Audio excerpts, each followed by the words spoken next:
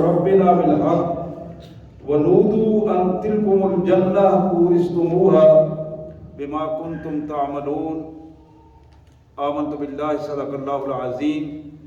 اللہم صلی علی محمد وعلی آل محمد وبارک وسلم اللہم صلی علی جمیع الانبیاء والمرسلین وعلی الملائکۃ المقربین وعلی سائر الصحابۃ والتابعین وعلی عباد اللہ الصالحین۔ اللہ کے پاک کلام قرآن مجید میں یہ 8واں پارہ ہے اور سورہ اعراف 8ویں پارے کا یہاں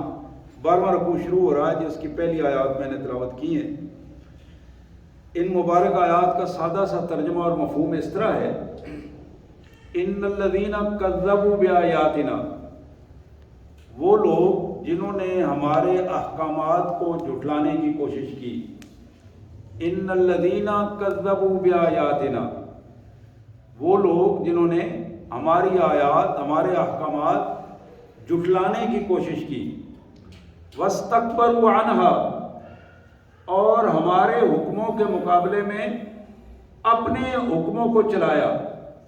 اپنے آپ کو بڑا بنا کر پیش کیا۔ واستکبروا عنہا، ہمارے دیے ہوئے نظام کے مقابلے میں اپنی بات چلانے کی کوشش کی، اپنا نظام چلانے کی کوشش کی۔ لا تفتح لهم ابواب السماء، یہ وہ لوگ ہیں کہ جن کے لیے آسمان کے دروازے نہیں کھولے جائیں گے، آسمان کے دروازے نہیں کھولے جائیں گے۔ جب ان کی ارواح، روحیں موت کے بعد آسمان کی طرف جائیں گی،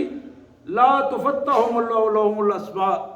لا تفتح لهم ابواب السماء، ان کے لیے آسمان کے دروازے بند کر دیے جائیں گے، نہیں کھولے جائیں گے،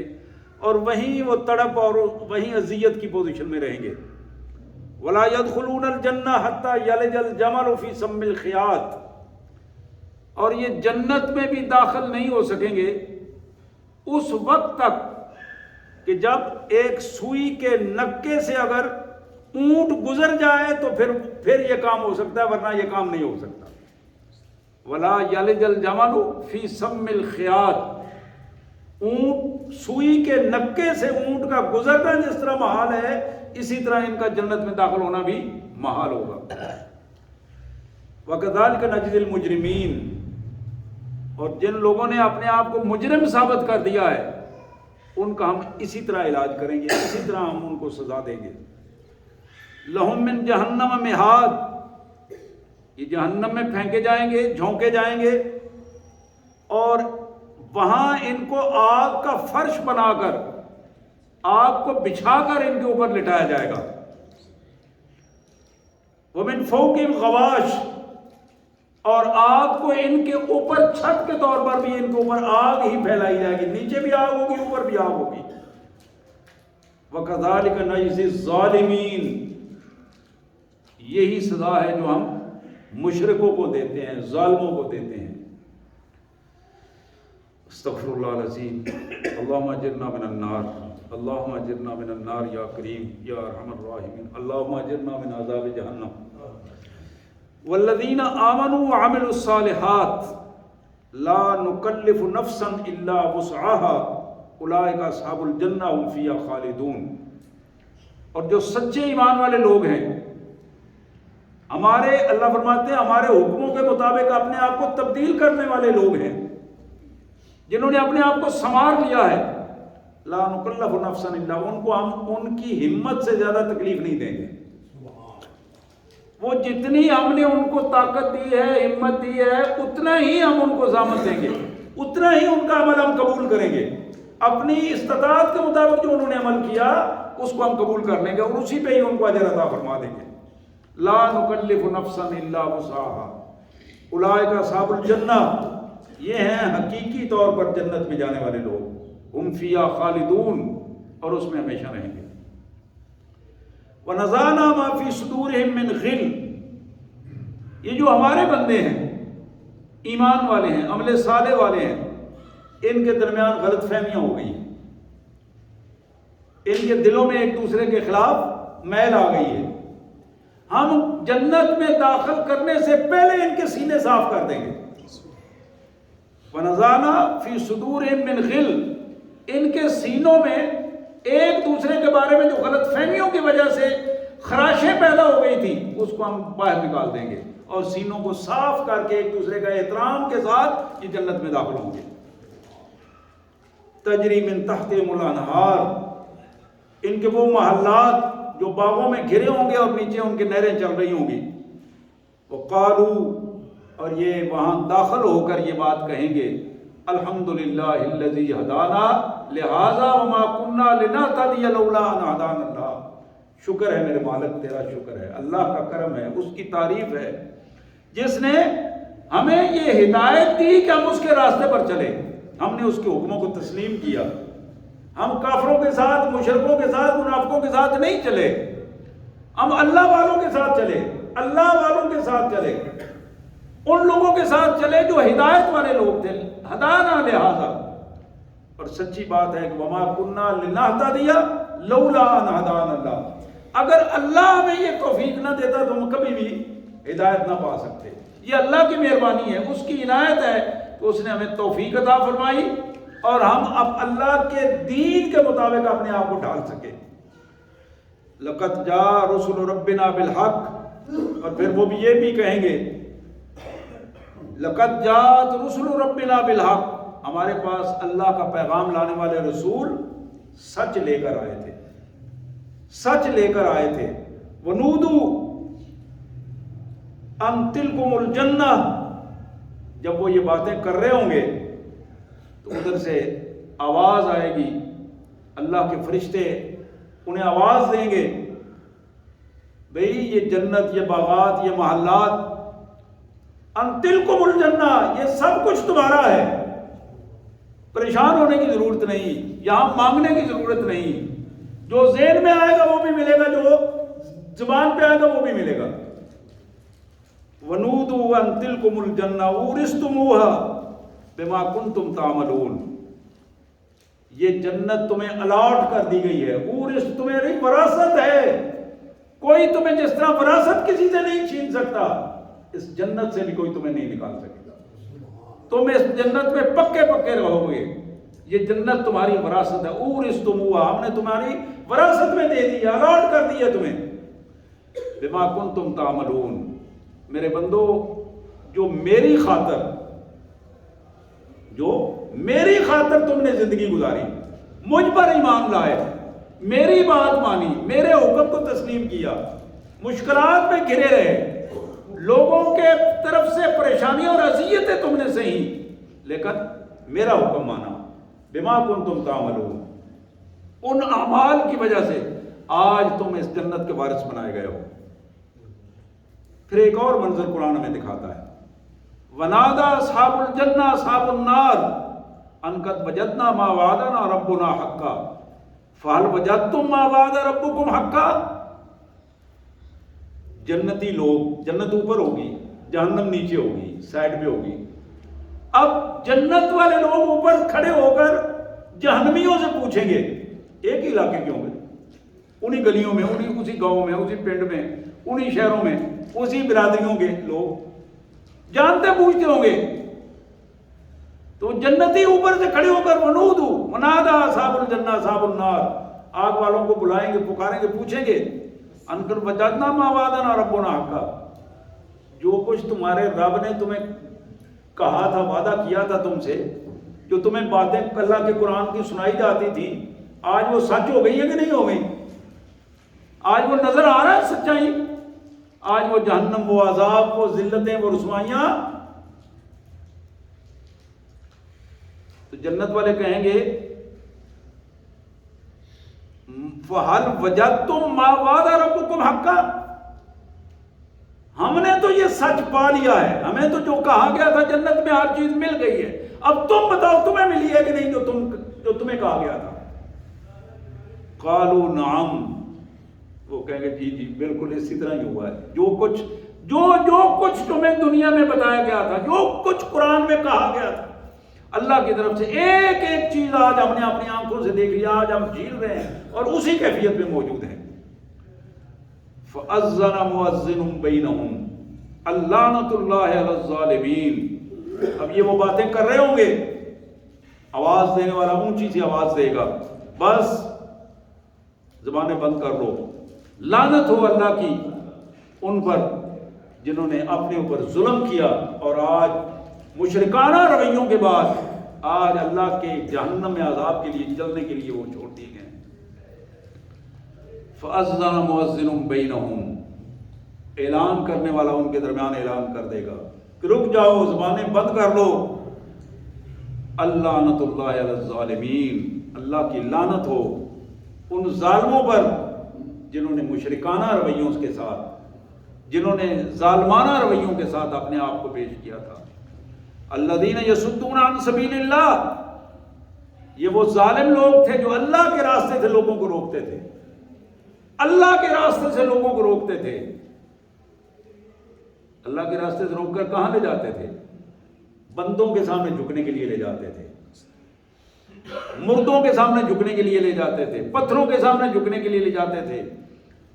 برادریوں کی چدراہٹ کے سامنے جھکنے کے لیے لے کے جاتے تھے، بڑے بڑے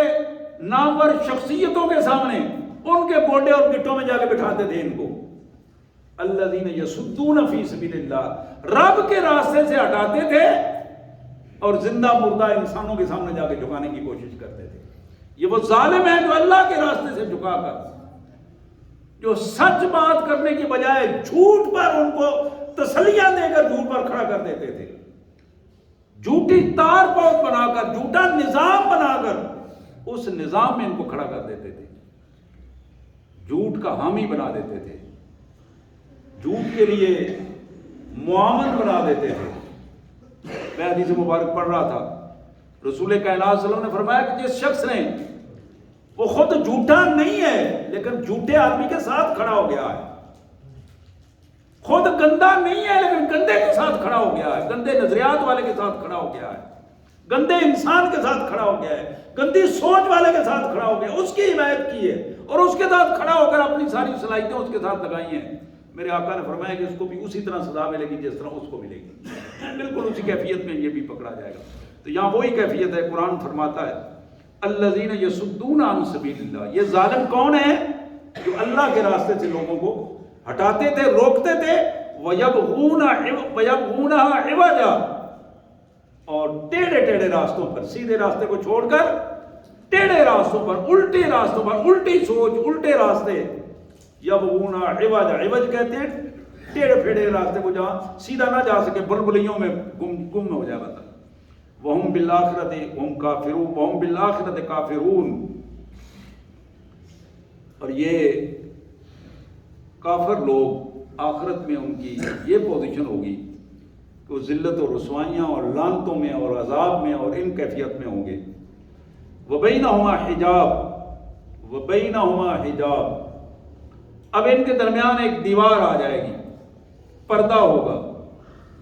وہ پردہ جنتیوں اور دوزخیوں کے درمیان ہوگا۔ ایک طرف ذلت اور رسوائی اور عذاب کی پوزیشن ہوگی اور دوسری طرف نعمتوں بھری جنتیں ان کے انتظار میں ہوں گی۔ وَعَلَى الْأَعْرَافِ رِجَالٌ يَعْرِفُونَ كُلًّا بِسِيمَاهُمْ، درمیان میں یہ جو پردے والی جگہ ہے، ادھر جو جہنم ہے اور ادھر جنت ہے، اور درمیان میں کچھ لوگ کھڑے ہوں گے۔ یعرفون کلا بسیماہم، ذرا غور کیجئے، ہر ایک گزرنے والے کو وہ پہچانیں گے، جنتیوں کو بھی اور جہنمیوں کو بھی۔ ان کو ابھی حکم نہیں ہوگا، ان کا فیصلہ نہیں ہوگا، یہ ابھی امید کی کیفیت میں ہوں گے کہ پتہ نہیں ادھر ہونا ہے کہ ادھر ہونا ہے، اللہ سے دعائیں کر رہے ہوں گے، ایک اچھے انداز میں آراف کی پوزیشن میں ہوں گے، لیکن یہ پہچان رہے ہوں گے ہر ایک کو۔ وَنَادَوْا أَصْحَابَ الْجَنَّةِ أَنْ سَلَامٌ عَلَيْكُمْ، جنتی وہاں سے گزریں گے، جہنمیوں پر تو انہوں نے سلام نہیں کیا تھا، لیکن یہ آراف والوں کو سلام کہیں گے کہ ممکن ہے یہ ان کو بھی اللہ تعالیٰ مہربانی فرمائے جنت میں داخل کر دیں۔ اب یہ آراف والے کون لوگ ہیں؟ یہ وہ لوگ ہوں گے جن کے گناہ غالب تھے لیکن ایمان ان کے اندر موجود رہے گا، ایمان کی وجہ سے جہنم میں نہیں ڈالے جائیں گے، کہ ایمان بھی ہوگا ان کے اندر لیکن گناہ ان پہ، نافرمانیاں جو ہے اللہ کی وہ غالب ہوں گی۔ اب وہاں گو مگو کی کیفیت میں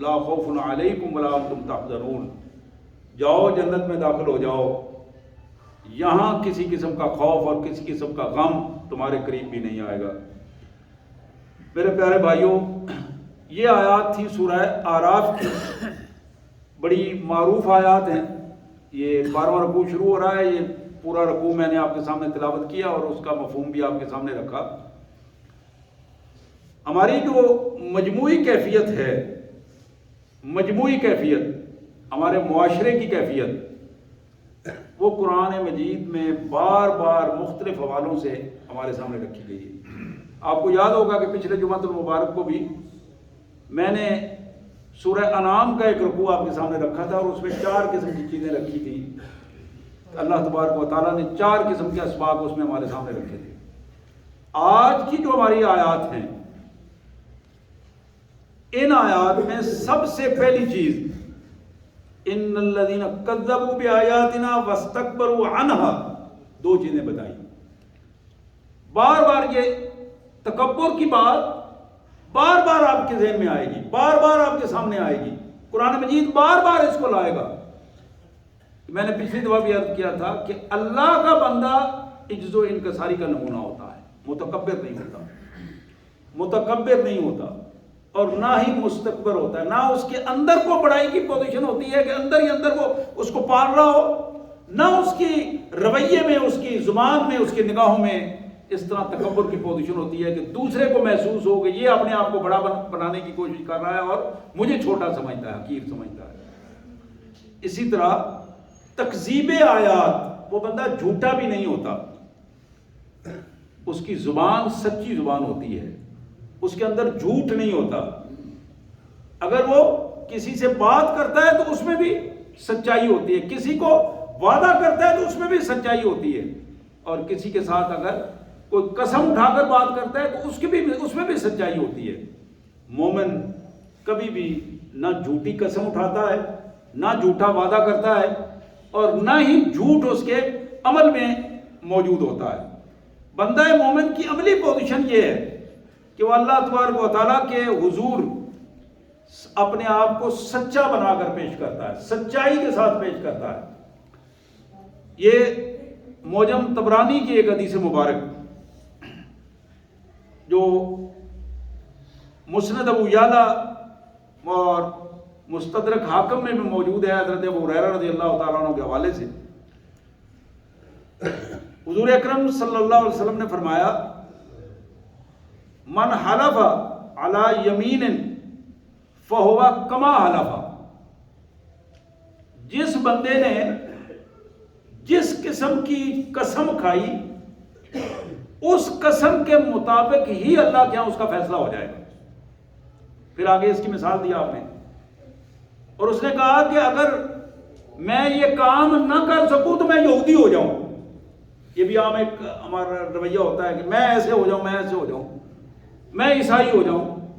تو حضور نے فرمایا کہ اگر اس کی زبان سے یہ جملہ نکلا کہ میں یہودی یا عیسائی یا کافر یا مشرک یا جو بھی غلط جملہ اس نے اپنی زبان سے نکالا، اگر اس نے وہ کام نہ کیا، اپنی قسم اس کی جھوٹی ہو گئی، تو وہ بندہ یہودی اور عیسائی کے ہی کھاتے میں اللہ کے حضور جائے گا۔ اللہ کے حضور اس اپنے جھوٹ کی وجہ سے، اپنے جھوٹ کی وجہ سے اللہ کے حضور جائے گا تا وقت ہے کہ وہ توبہ کر کے قسم، جھوٹی قسم کا کفارہ نہ ادا کر دے۔ اسی طرح آپ نے فرمایا کہ جو شخص جہالت کے الفاظ استعمال کر جاتا ہے اپنی قسموں میں، جہالت کے الفاظ استعمال کرے، اب جہالت کے الفاظ استعمال کرتے ہوئے کہ میں جس کھانے پہ بیٹھا ہوں اس کھانے کی قسم، بیٹے کے سر پہ ہاتھ رکھا ہے اس بیٹے کی قسم، مجھے ماں کی قسم، باپ کی قسم، میری بیوی کی قسم، یہ وہ جاہلانہ رویے ہیں جو عمومی طور پر سامنے آتے ہیں۔ اللہ کے پیارے حبیب صلی اللہ علیہ وسلم نے فرمایا کہ جس انداز میں وہ اپنی اس قسم کو، جھوٹے قسم کو جھوٹے انداز میں ضائع کر دے گا، اللہ تبارک و تعالیٰ کے یہاں اسی طرح اس کی گرفت بھی اسی کیفیت میں ہوگی۔ اور ساتھ یہ فرمایا، من حلف لغیر اللہ فقد اشرک، جس نے اللہ کے علاوہ، اللہ کی ذات کے علاوہ کسی کی قسم اٹھائی اس نے شرک کیا۔ من حلف لغیر اللہ فقط اشرک. اور پھر یہ ایک بڑی اہم بات ہے کہ قسم، سچائی پر بھی قسم کھانا بغیر کسی وجہ کے، حضور صلی اللہ علیہ وسلم نے اس سے بھی منع کر دیا ہے، اس سے بھی منع کر دیا ہے. یہاں تک کہ کاروبار میں بتایا، اگر ایک کاروبار تاجر آدمی، حضور نے فرمایا کہ وہ تاجر اپنا سامان بیچتے ہوئے اگر قسم اٹھاتا ہے، اس کا سامان تو بک جاتا ہے لیکن اس میں برکت نہیں رہتی، برکت کی کیفیت اٹھا لی جاتی ہے. تو گویا قسم کا مطلب کیا ہے؟ اللہ تعالیٰ کو شاہد بنا کر، گواہ بنا کر پیش کر رہا بندہ کہ اللہ گواہ ہے کہ میں یہ کام کر رہا ہوں، اللہ گواہ ہے کہ میں، اب اس میں کچھ نہ کچھ کہیں نہ کہیں کچھ نہ کچھ خامی رہ جاتی ہے بحیثیت انسان. تو اس سے روک دیا گیا کہ تم بات سچی کرو، دو ٹوک کرو، لیکن بلا وجہ قسمیں اٹھانے کی ضرورت نہیں ہے. اللہ کے نبی صلی اللہ علیہ وآلہ وسلم نے اس حوالے سے بڑی ہی اہمیت کے ساتھ یہ بات بتائی. اسی طرح جناب عبداللہ بن عمر کے پوتے محمد بن زید، وہ کہتے ہیں کہ حضرت عبداللہ بن عمر کے پاس ایک دن، یہ بخاری کی روایت ہے جس کا ترجمہ میں پیش کر رہا ہوں، کہ ایک دن میرے دادا ابو کے پاس بیٹھا ہوا تھا میں، کہ کچھ لوگ آئے اور انہوں نے پوچھا، فتویٰ پوچھا، مسئلہ پوچھا، اور بتایا کہ یا حضرت ہم جب جاتے ہیں نا کسی افسر کے پاس تو وہاں کچھ اور بات کرتے ہیں، جب باہر آتے ہیں تو کوئی اور بات کرتے ہیں. وہاں ہم اندر چاپلوسی کر جاتے ہیں، باہر آ کے ہم دوسرے انداز میں، اپنے انداز میں سچی بات کر جاتے ہیں. چودھری صاحب کے پاس بیٹھے ہوتے ہیں تو ان کے منہ پہ ہم اور بات کرتے ہیں، جب ہم گھروں میں آ جاتے ہیں اپنے انداز میں کوئی اور بات کر جاتے ہیں. تھانے بیٹھ کر کوئی اور بات کرتے ہیں، بعد میں باہر آئے کر کوئی اور بات کرتے ہیں، کچہری میں کوئی اور بات کر آتے ہیں، اپنا چیمبر میں بیٹھ کر کوئی اور باتیں کرتے رہتے ہیں. اب یہ وہ ساری کہانی سنائی کس کو؟ عبداللہ بن عمر رضی اللہ تعالیٰ عنہ کو. آنے والے لوگوں نے مسئلہ پوچھا کہ کیا ہمارا کوئی بخشش ہو جائے گی، اس میں کوئی جان چھوٹ جائے گی اللہ کے حضور؟ تو کہنے لگے خدا کی قسم جو بات تم نے کہی ہے یہ وہ بات ہے جس کو اللہ کے رسول صلی اللہ علیہ وسلم نے ہم 100% ہمیں بتایا کہ یہ نفاق ہے، یہ منافقت ہے. اور حضور صلی اللہ علیہ وسلم کے دور میں ہم منافقت اسے سمجھتے تھے، اور منافقت وہ ہے کہ اللہ کے رسول نے فرمایا وَإِنْ صَامَ وَصَلَّى وَزَامَ أَنَّهُ مُسْلِمٌ، اگر ایک منافق نمازیں بھی پڑھے، روزے بھی رکھے، اپنے آپ کو مسلمان بھی کہے، لیکن اگر وہ منافقت کا رویہ رکھتا ہے تو اللہ تعالیٰ اس کی کوئی روزہ نماز جو ہے وہ قبول نہیں کرتا، اس کے روزے نمازیں قبول نہیں ہوتی، اس کی بھی اسلام قبول نہیں ہوتا جب تک کہ وہ اپنے آپ کو یکسو نہ بنا لے، اپنے آپ کو یکسوئی کے ساتھ نہ لائے. اسی طرح میرے پیارے بھائیوں، رسول کائنات صلی اللہ علیہ وسلم کی ایک اور حدیث مبارک، یہ بھی معجم طبرانی کی حدیث ہے. حضور اکرم صلی اللہ علیہ وسلم نے فرمایا کہ لوگوں، وہ بندہ جس نے اپنے چہرے پر کئی چہرے سجا رکھے ہیں، ایک زبان کی بجائے کئی زبانیں بنا رکھی ہیں، وہ کہیں جا کر اور بات کرتا ہے، دوسرے کے پاس جا کر اور بات کرتا ہے، جہاں مفاد اس کا ہوتا ہے وہاں اس طرح کی زبان بنا لیتا ہے، اس طرح کا رویہ بنا لیتا ہے.